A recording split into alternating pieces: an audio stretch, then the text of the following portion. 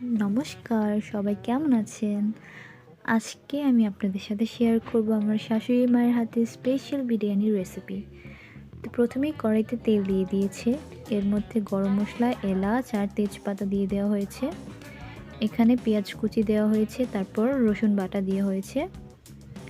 এরপর সামান্য একটু লবণ দিয়ে দিব। তারপর আদা বাটা দিয়ে দেওয়া হয়েছে।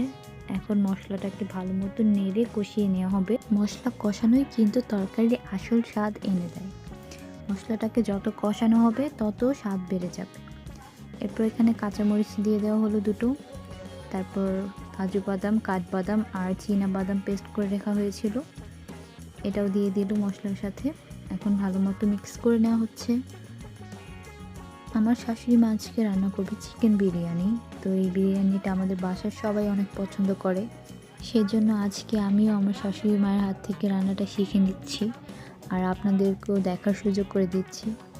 তো এরপর মশলার মধ্যে এখানে গরম মশলা গুঁড়ো আর জিরের গুঁড়ো দিয়ে দেওয়া হলো। তারপর মশলাটাকে ভালো মতো কষিয়ে নিয়ে এখানে চিকেনগুলো দিয়ে দেওয়া হবে।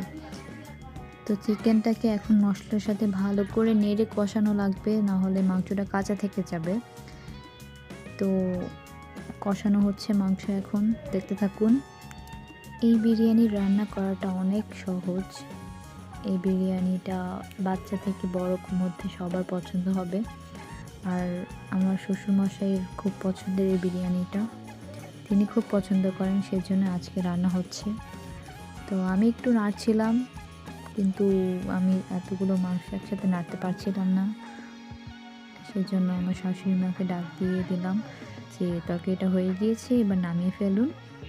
তো তরকারি নামানো হয়ে গেছে, এখন এখানে পোলাওটা সম্বার দেওয়া হচ্ছে। তারপর এখানে ঘি দিল আর সয়াবিন তেল দেওয়া হলো। এর মধ্যে এলাচ আর গরম মশলা দিয়ে দেওয়া হলো।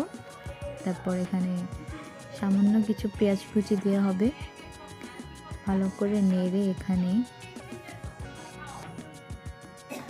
আদা কুচি আর সামান্য একটু রসুন কুচি দেওয়া হবে, সেটা স্কিপ করে গিয়েছি, আমি দেখাতে পারিনি। তো এখানে তেজপাতা দিয়ে দেওয়া হলো।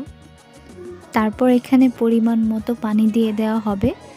তো 2 মগ চাল অনুযায়ী এখানে 4 মগ জল দেওয়া হয়ে গেল। তারপর এখানে সামান্য কিছু লবণ আর গুঁড়ো দুধ দিয়ে হলে এখানে আমি ঢাকনাটা বন্ধ করে দিব, যে পর্যন্ত পানিটা সেদ্ধ না হবে। পানি বলকানোর সাথে সাথে আমি চালগুলো দিয়ে দিব। আমি এখানে চিনি গুঁড়ার চাল ভিজিয়ে রেখেছিলাম এবং জলটা ঝরিয়ে নিয়েছি। তারপর আমি ভালো মতো নেড়ে মিশিয়ে নিব। এরপর কয়েকটা কাঁচা লঙ্কা দিয়ে দিয়েছি এখানে, এতে ফ্লেভারটা অনেক ভালো আসবে।